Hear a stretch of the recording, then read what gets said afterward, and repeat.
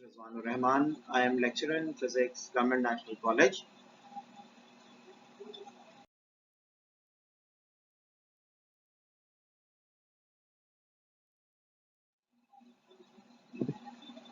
Today we continue chapter number 9, Nature of Light. It is my second lecture on nature of light.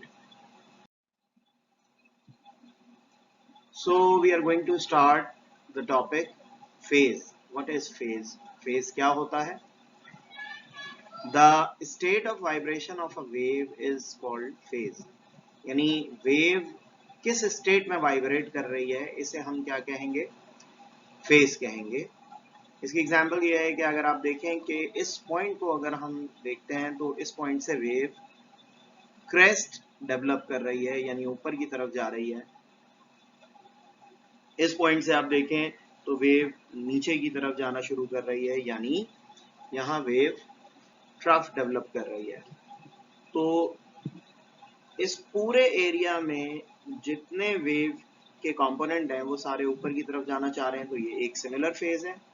और यहां से लेकर यहां तक सारे कंपोनेंट नीचे की तरफ जा रहे हैं तो ये दूसरा फेज है.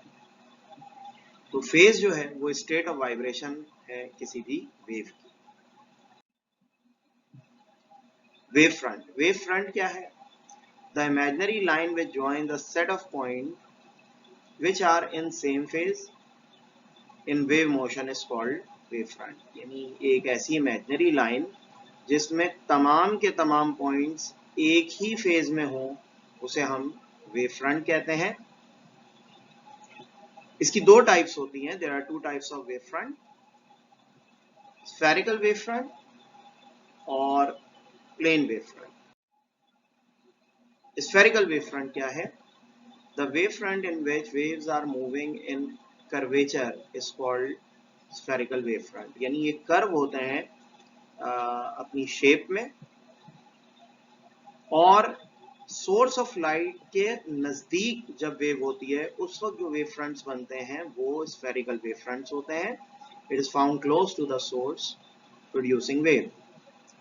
इसको आप यहाँ देख सकते हैं कि अगर ये S एक सोर्स ऑफ लाइट है तो इसके गिर्द एक सर्कुलर वेव जनरेट हो रही है. इन लाइट हर डायरेक्शन में आगे की तरफ बढ़ रही है. उसके बाद ये दायरा बढ़ता जा रहा है. तो अब आप गौर करें तो अगर हम एक पॉइंट कोई वेव का कंसिडर कर लेते हैं तो ये इसमें सारे के सारे पॉइंट्स आगे की तरफ जा रहे हैं, सब सेम फेज में मूव कर रहे हैं. और इन पे अगर हम एक लाइन ड्रॉ करें तो ये स्फेरिकल आपके पास शेप आती है. ये भी एक स्फेरिकल शेप है. तो जितना आप सोर्स से नजदीक होंगे उतना ज्यादा आपके जो वेव फ्रंट होंगे वो स्फेरिकल होंगे and they are called spherical wave front. Plane wave front, the wave front in which waves are moving in a plane is called plane wave front. Plane wave front में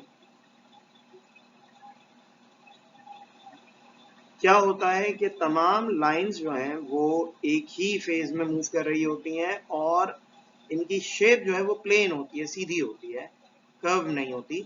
it is found far from the source producing wave और ये source से दूर होते हैं.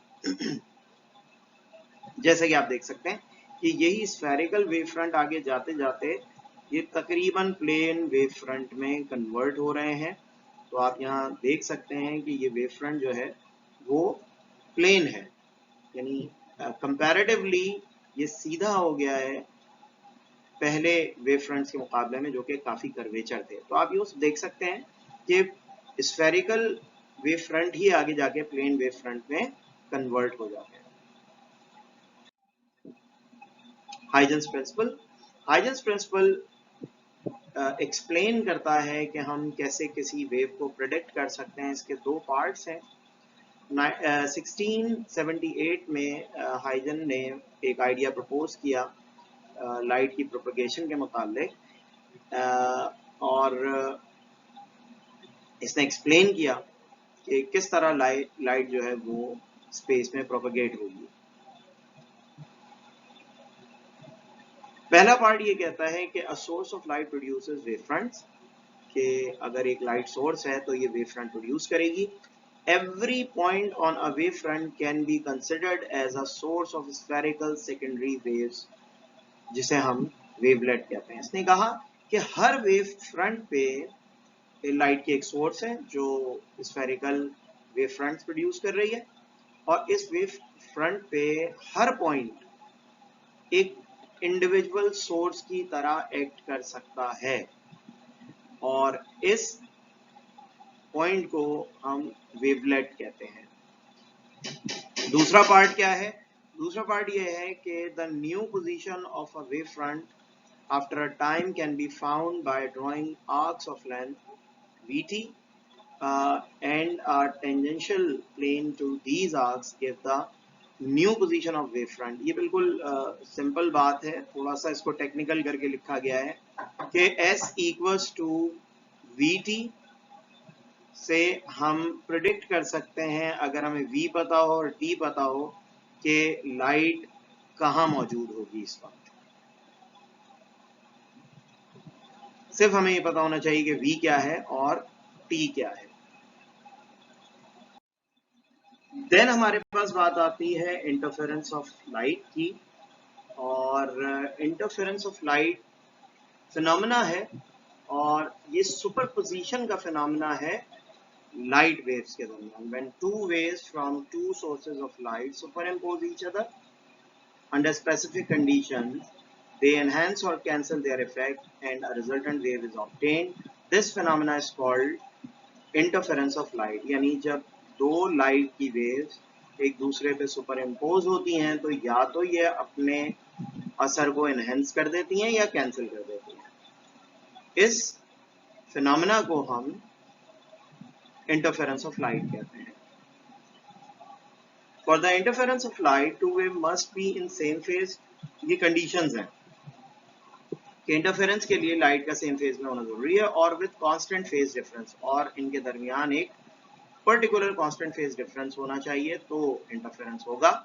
Light wave must B coherent, एक जैसी waves होनी चाहिए, that is having same frequency, and the waves should B monochromatic in nature, और वेव की नेचर भी मोनोक्रोमैटिक होनी चाहिए।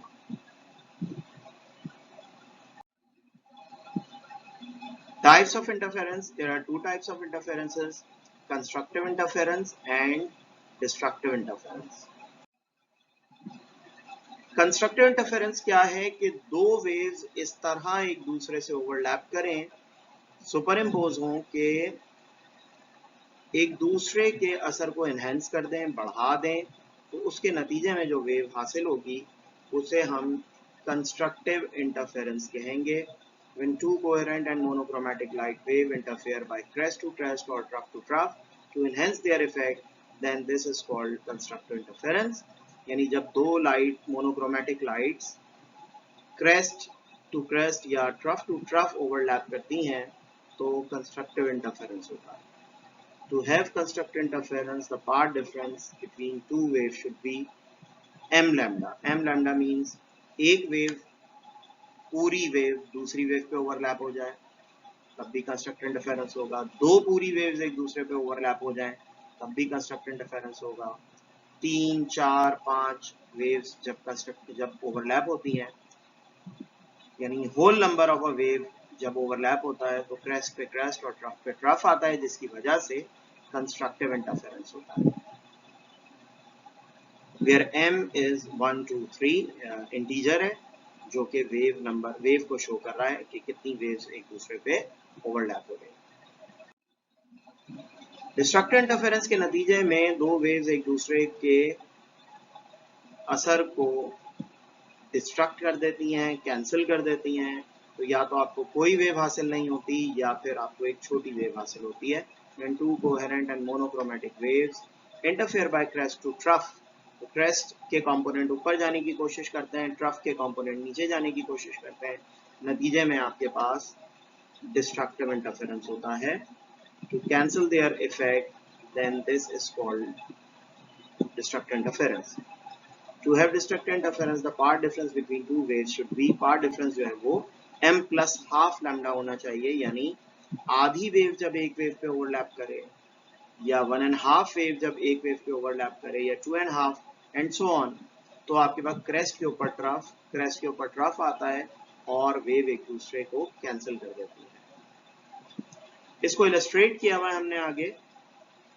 यहाँ m जो है वो 0 1 2 3 है। m 0 का मतलब ये है कि हाफ वेव ओवरलैप हो रही है, 1 का मतलब ये है कि 1.5 वेव ओवरलैप हो रही है, एंड सो ऑन। यहाँ हमने इसको इलस्ट्रेट किया हुआ है। आप गौर करें कि जब ये ब्लू और ऑरेंज वेव एक दूसरे पे क्रेस्ट टू क्रेस्ट मिल रही हैं, तो ये पर्पल जो है ये रिजल्टेंट वेव है, ये मैक्सिमम हो जाता है। और जब ये ब्लू और ऑरेंज वेव एक दूसरे पे आप देखें क्रेस्ट टू ट्रफ मिल रही हैं, तो ये पर्पल वेव बिल्कुल ऐसी सूरत में स्ट्रेट हो जाती है, यानी डिस्ट्रक्टिव इंटरफेरेंस हो जाता है। तो क्रेस्ट पे जब क्रेस्ट आता है तो कंस्ट्रक्टिव इंटरफेरेंस, और क्रेस्ट पे जब ट्रफ आता है तो डिस्ट्रक्टिव इंटरफेरेंस हमें मिलता है। ये हमारे पास आज के टॉपिक्स थे। उम्मीद है आपको समझ आए होंगे। किसी भी किस्म की क्वेरी के लिए आप कमेंट सेक्शन में सवाल कर सकते हैं। शुक्रिया। अल्लाह हाफ़िज़।